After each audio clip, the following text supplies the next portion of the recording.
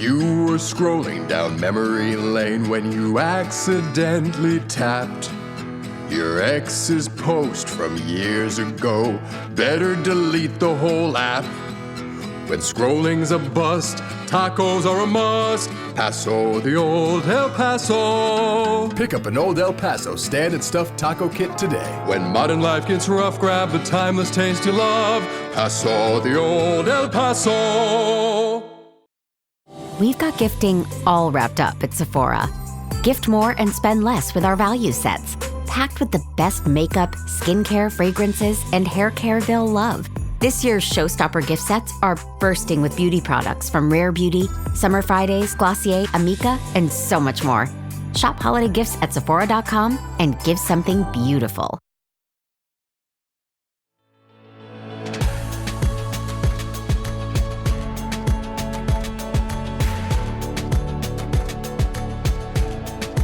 I am Nicole Khalil, your host of the This Is Woman's Work podcast, and I'm about a half a year away from a big-time birthday. I'll be turning 50. And one of the things big birthdays and milestones often do is they have us reflect. It's an opportunity to look back on our lives, the lives that we've lived so far, and decide what we want to carry forward and what we're finally ready to leave behind. And friend, I don't have a lot of regrets. That doesn't mean I've done things perfectly or avoided mistakes. I have had far more than my fair share, and some of them have been doozies. But with the benefit of hindsight, I can see how they shaped the person that I am and the life that I've built. I can really only come up with two big regrets. The first is not living or studying abroad, and the other, I wish I'd played more, had fun more as an adult. The problem is, after decades of taking both myself and life far too seriously, I'm not even sure I know where to start. Because somewhere between learning to pay bills, building a career, managing relationships, and trying to keep like 1,000 balls in the air, I traded in my playful self for my productive self. I told myself that it was part of growing up. I told myself that I was being responsible, but really, I just forgot the version of me who knew how to play. And even worse, I forgot that it mattered. And here's the thing. That's not just sad, it's a little dangerous. Because when we disconnect from play, we're not just missing out on fun. We're cutting ourselves off from joy, creativity, connection, and some of the best parts of being human. Play isn't just what kids do when they have free time or when they're bored. It's how we expand our thinking, reset our nervous systems, and remember that life is about so much more than checking things off of our to-do list. So, as today's guest says, play is how we learn to be human, how we learn who we are, how we learn to fail, communicate, love, fight, rebel, desire, build, and survive. At its best, play is life-affirming, soul-sustaining, and mind-expanding. And I don't know about you, but I could use a lot more of all of that. So let me introduce our guest, Cass Holman, founder and chief designer of the toy company Heroes Will Rise and former professor of industrial design at RISD. Her work, including iconic designs like Rigamajig and Gmo, has inspired playful learning and imagination all over the world. She's led workshops and seminars with teams at Google, Nike, Lego Foundation, Disney Imagineering, and in art museums across the globe. Her mission? To show us that play isn't just for kids, and that it might be the thing our overworked, over-serious, overscheduled adult selves need the most. Cass, welcome to the show. And because I really mean it when I say that I don't know where to start, can you start us off by explaining what play even means for us as adults? Yeah, I mean, thank you, Nicole. First of all, happy upcoming birthday. Thank you. I also I turned 50 last year, so I identify with how you were describing. Kind of, it's a big one. It is a big one, and I'm super excited about it. I feel like it's a point of pride almost. I don't know. Yeah, my party was called 50 and Feral. I was like, this is how I'm gonna roll, you know. A friend, I might borrow that. Yeah, I encourage it. Do your best. I'm just giving you more homework now. Not only do you need to play, But yeah, so I mean, that was a beautiful introduction, and I'm actually quite moved by your words. Because I think that your experience is a very common one, and like you said, that we trade in productivity for play, right? Or we prioritize um, our lives and the things in our lives in a way that don't leave room for play. We don't prioritize it. If we can start to understand the value of it, then we will, the way that, we do with kind of a healthy diet and getting enough sleep, right? Like maybe at some point in life weren't as in touch with how much we need to sleep or what a big difference it makes when we eat well, right? And then as soon as we experience eating well or getting consistent amounts of good sleep, we like, oh, right, okay, this matters and I'm gonna make this a priority. So, and for me, to your question, like kind of what does play mean to our lives? There's a lot of different kinds of play, right? There's kind of sports and video games and crossword puzzles and going dancing, right? Going out to dinner with friends. So there are ways that that adults are quite good at playing and we can do. And what I focus on in the book is free play, which is a little bit different than some of the more structured play, in that it puts us in touch with kind of what we intuitively might do. So it's kind of open-ended play, so unstructured, right? In my experience, being a professor of what I would consider young adults in undergraduate and graduate art education, and also just in life as a professional person. In my experience, our lives are very structured and increasingly so, especially like you said with product that need to be kind of productive, or the feeling that we can't waste time. Like this idea that time is a commodity is even kind of telling and how we think about our how we structure our lives. So in free play, it gives us a chance to connect with something that is not about an outcome, right? So we can kind of dive into an activity, not know where it's going, not need to be good at it, and really just play for the sake of playing. Which is not to say that it doesn't have value, right? So on the one hand, like in the book, I'm trying to balance that, like, this has value and we should prioritize it and it's good for you. And at the other hand, I'm saying, like, we need to be able to play not because it's good for you, right? Like, don't play because, like, like now you have to be good at play in the same way that you have the pressure of like, oh, great, now I have to be good at yoga, or now I have to be good at, right? So these things that actually, it's not about being good at it. It's just about letting yourself do it.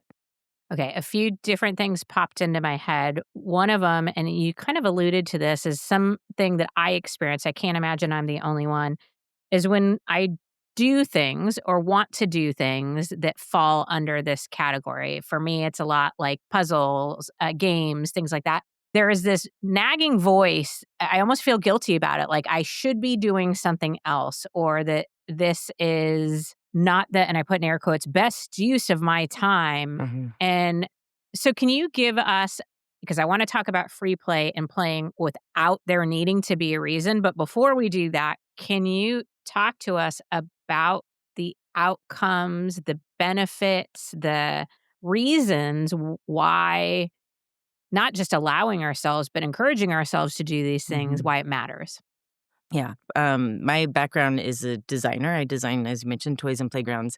And when I set out to write the book, I really wanted to appeal to people who might be kind of skeptical, as many of us are.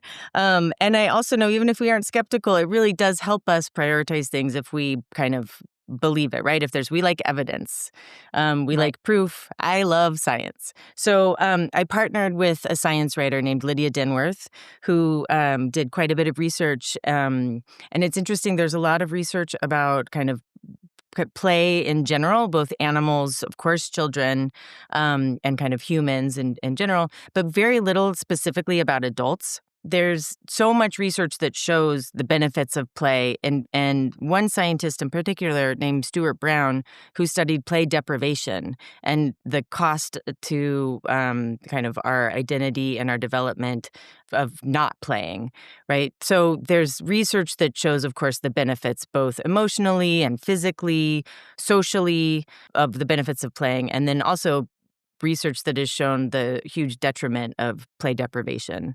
And so we know that it's great for our psyche, it's great for our bodies, it's great for our relationships. And I think one of the things that specifically free play does is connects us to kind of our intuition and our kind of intrinsic motivation. I think, like I said, with our lives being highly structured, I think we've become a little bit out of touch with kind of what we need at any point in time, in a way that play can be something that can help us get what we need. In the way that, sometimes when you're like, I feel weird today. Do I need to eat? Do I need to nap? Do I need to go meditate? Right. And I think play can be one of those things that we can start to get in touch with, maybe I need to just go and putter. Right. Or like you said, maybe I need to do a puzzle, which for many I would consider meditative play. Right. So doing something like that is meditative play in the way that bird watching is what I call attention play. Right. Or kind of when I live in Brooklyn, I take the subway everywhere. When I'm on the subway, I love people watching. And it's kind of attention play because I'm just noticing all of the things. But I'm also kind of, it's imaginary play because I'm also inventing stories about everyone and wondering where they came from. And so glad it's not just me that does that. Oh, no, it's so fun. I love that play. So I think that there are also ways that we do play that we maybe don't think of as play, So I think we do take care of ourselves with play, whether or not we know it. I think we could just do a lot more of it. Yeah, that's something that keeps popping in my head as I might be doing this more than I'm conscious of. And the opportunity to choose to do more of it and allow for myself to do more of it, I think is something I'm excited about. You talked about not needing to be good at it. For us high achievers, right? That can be really, or I think of things like sports, pickleball. I know 4 people who've had serious injuries in the last couple months playing pickleball. And I'm like, might have been a little too competitive about it, right? So any tips about how to pull ourselves out of that? Because I think it's unconscious, right? We unconsciously get competitive. We unconsciously want to be good at something or achieve or accomplish at this point. Any tips about how to catch that? Yeah. Well, first of all, this is what our schooling does. So we spend our primary years, we have, first through 12th grade, learning to want to succeed, right? All of our learning is wrapped up in grading, right? So the kind of extrinsic motivators of grades and competitive. And so we're all set up to kind of ruin everything by needing to succeed at it, right? So there's kind of 3 tenets in my in what I'm proposing will help adults play more. And one of them is reframing success. Right. So what does it mean to succeed, right? Is the goal to win at pickleball, or is the goal to laugh with your friends, get some exercise, and maybe be outside, Although I will say there's a lot of now indoor, highly competitive pickle. That's one that I saw it coming. I was like, I wonder if we're going to ruin pickleball too. Because it just seemed like such a wonderfully silly sport at first. Right. Yeah, no, good point. And it's still, I think for many, it still is. But one example of that is the other night, some friends and I kind of in it. There was an impromptu, a lot of us trying to go out to dinner. And in New York, you can't really just kind of roll up to a restaurant. And so we were kind of like, we've got an hour wait over there, or we could, try to take the subway and go to this other neighborhood and maybe get in there. We were trying to eat somewhere good. But at some point I said, you know what, success isn't a delicious meal. Success is that we all get to sit together and eat because we're hungry. So let's just go to that place that's not that great, but we know we can get in, So it was such we released ourselves from it having to be an epically delicious dinner, because the point wasn't necessarily the meal. The point was all of us being together, right? So I think it's important. I hope that we're starting to develop an awareness of do something because you love it, whether it's you or your children, be there for the joy of it and the play of it, rather than the needing to be good at it or needing to succeed or become competitive or professional. You can be a bad dancer and keep dancing, We can, yeah. There's so many ways to play basketball if you're not on the winning team. Like it's about the play, right? So Right. so releasing judgment is a big one. Reframing success is another, Releasing judgment is also trusting yourself and the people that you play with, that they like you, like they want to play with you. No one is going to make fun of you for being bad. And then also, like, don't make fun of yourself for being bad, Right. or if you really want to dance while you're in line at the grocery store, let yourself do that. Try it and everything will be okay afterward, right? Singing while you're walking down the sidewalk. And I think we often just don't let ourselves do things because we're afraid of looking silly. There may be studies on this, but I'm just pulling numbers out of my butt. I feel like there's probably 80% of the releasing judgment is the judgment we have of and for ourselves. More Absolutely. often than not, other people don't care. And the people who love us, are happy to see us having fun or a smile on our face. And I also think of like the 6-year-old self where it's like, if somebody is being judgmental about our play, then it's like, I just don't want to play with you anymore. Yeah. Right? Yeah, and if they even notice, I think that's also one of the wonderful things, and it's kind of in our early teen years that we start to be aware of people noticing or judging us. And before that, no, like there's a beautiful oblivion to it. Totally. And I'm finding that in my later years, I'm almost going back to where I was before puberty, where I just didn't care. I was oblivious, didn't notice what I worried. I just didn't notice, and I feel like I'm like there's something that's like bringing me back, and in a way that is really glorious, and I'm loving Mhm. about being over 50. If you're anything like me, drinking enough water every day sounds great in theory, right up there with getting 8 hours of uninterrupted sleep and folding the laundry right away. Which is why I found a smarter way to stay hydrated with Cure. Cure hydration packs are clean and simple, plant-based electrolytes, no added sugar, and just 25 calories. They hydrate better than water alone, and get this, they actually taste good. My favorite flavor is lemonade, but they have several great flavors that you can try, which make drinking water feel like less of a chore. They even have a Cure Hydration variety pack for kids. JJ uses them over long practices or tournament weekends, and honestly, I use them then too, because hauling kids around to all of their activities should qualify as a sport.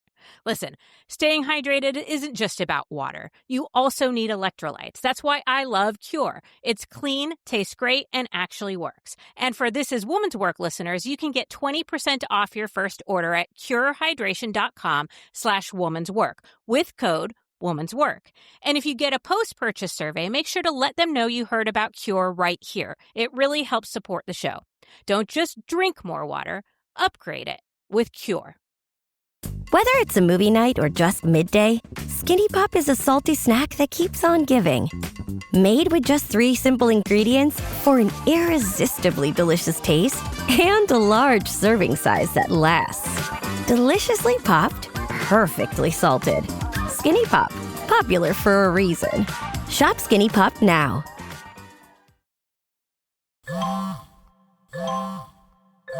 When did making plans get this complicated? It's time to streamline with WhatsApp, the secure messaging app that brings the whole group together.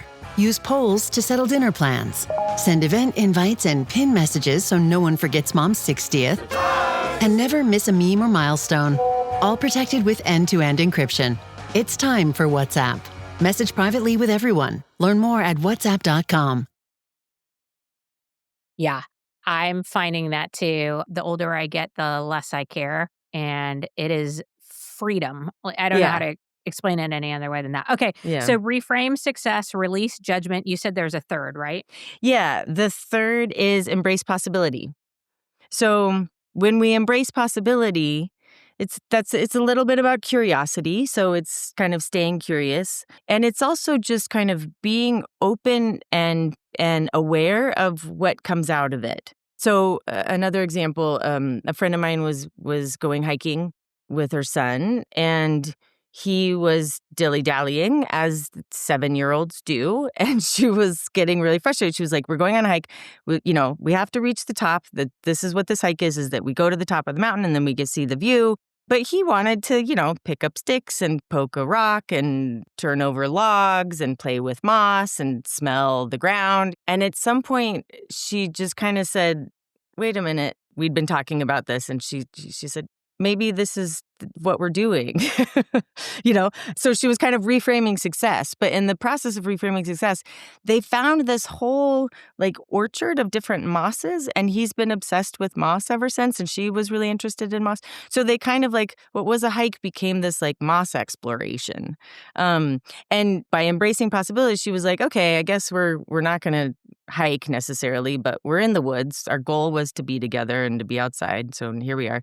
And now they have this family-wide passion for moss, right? So that's a little bit like an example of kind of embracing possibilities. Like when you kind of are present for what might arise that you don't expect and you stay curious, then these whole other things can emerge that you might not have even noticed or you may have shut down if you were really single-mindedly kind of moving toward a goal or working toward an outcome.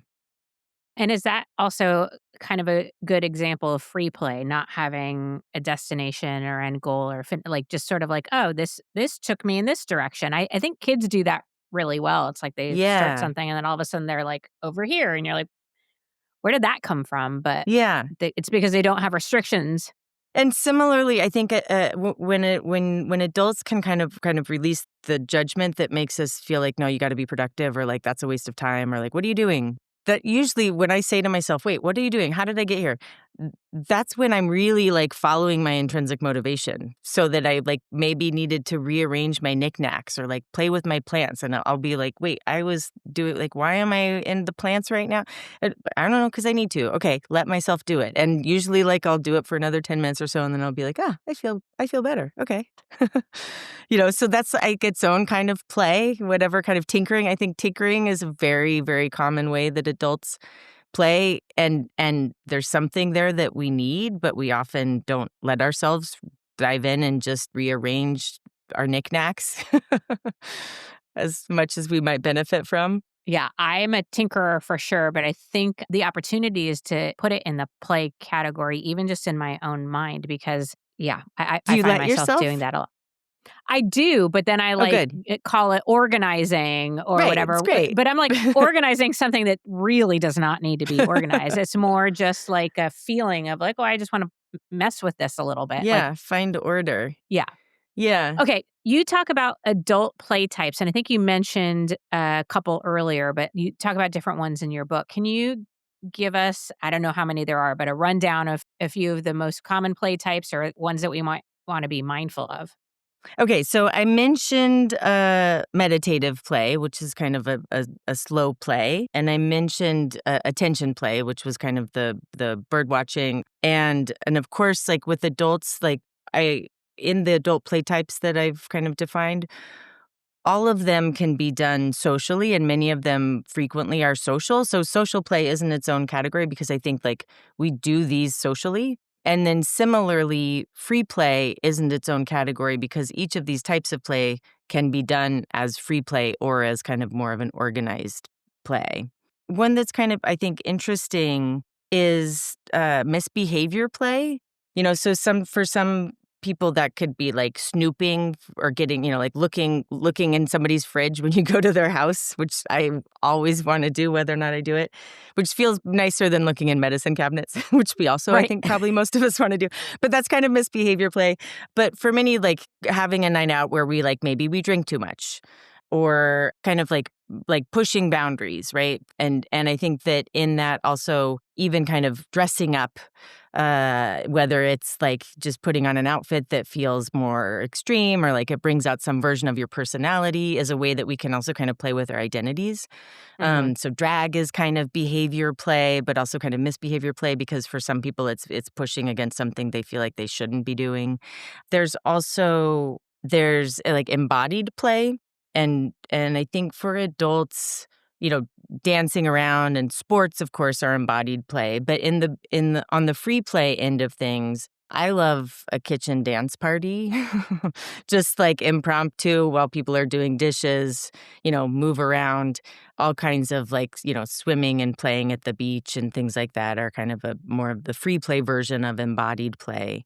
And I think that what you brought up with kind of rearranging things or tinkering are a little bit about like, there's something about creating order that can be playful that also reminds me of watching I don't know when the last time is you watched a child play with a dollhouse, kind of like making things feel just so as a way of feeling some control, Mm-hmm. whether it's domestic or not.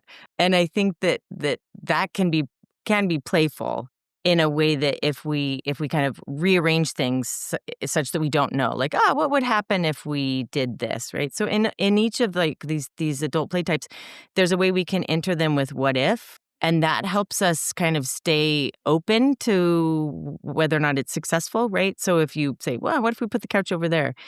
And then you might say like, "Oh, wow, yeah, that doesn't work." But you've learned something about what was good about it before, right? And in the meantime, it probably changed the dynamic of what happened in your living room, or saying like, "Let's all sit on the floor tonight." I've done this before with dinner parties, where we run out of chairs, and rather than having a couple people sitting on the floor or on a weird trash can, we just all sit on the floor. And it really changes the dynamic in a way that's quite lovely. And it takes all of us out of our normal, posture. So there are ways that just shifting something, whether it's domestic or also in your work life, can really give you kind of, and thinking of it as play and entering it with a playful mindset can really kind of give you a new perspective and make something feel fresh or, interesting again. Yeah.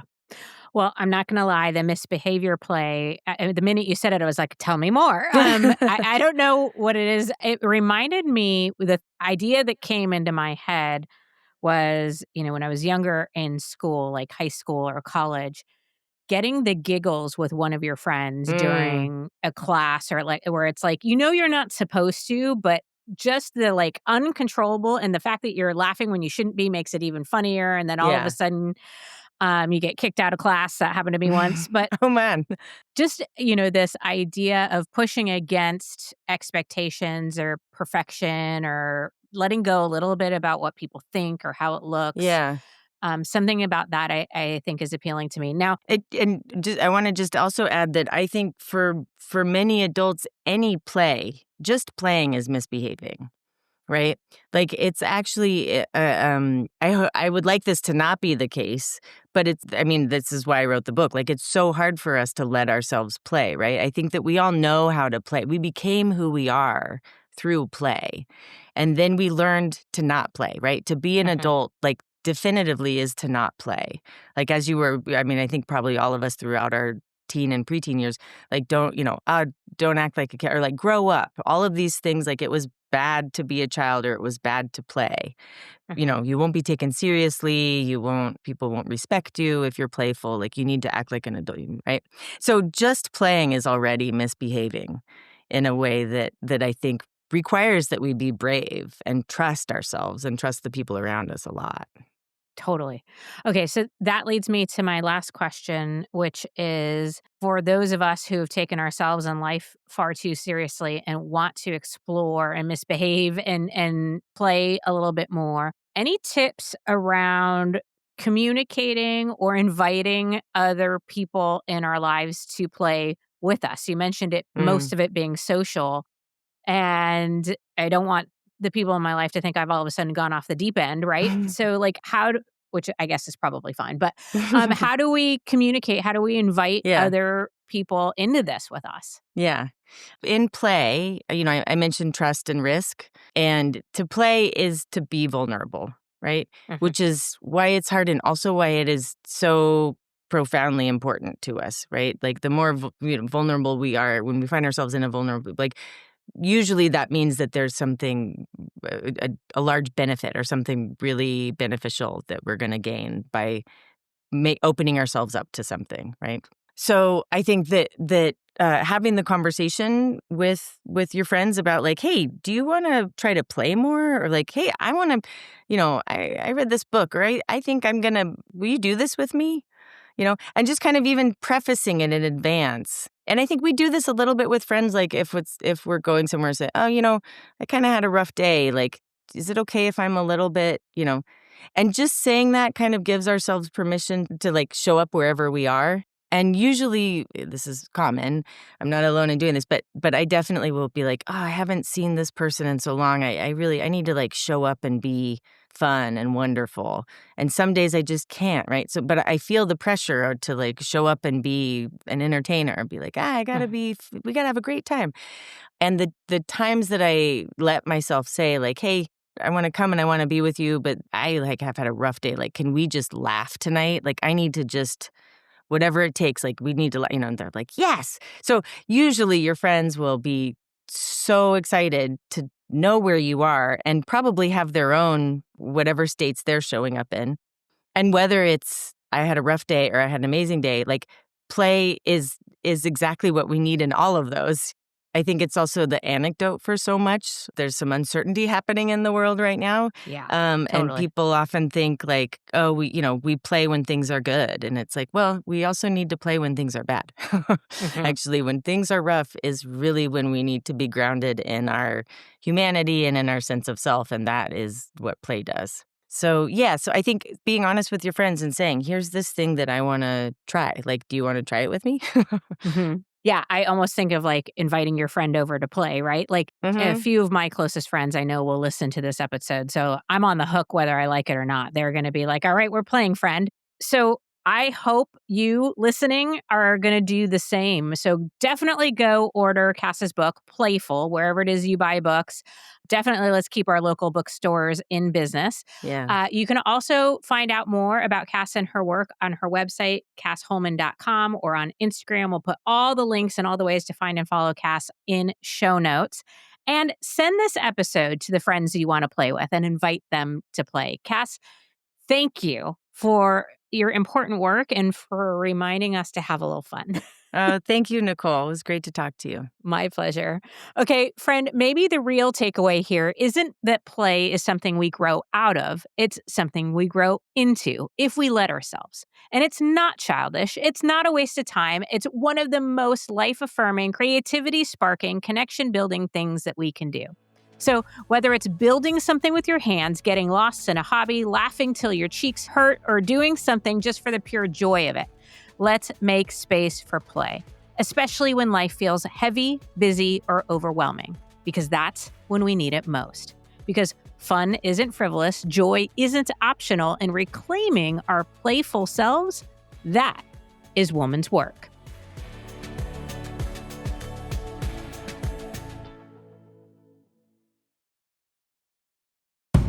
Hi, listeners. It's Jack Bishop. I'm the ingredients guy on America's Test Kitchen's public television show and the host of our award-winning podcast, Proof. Proof combines history, science, and culture to tell unexpected stories about food. Every episode is filled with aha moments that you'll want to share at your next dinner party. New episodes drop every Thursday. Subscribe wherever you get your podcasts, and you might never look at food the same way again.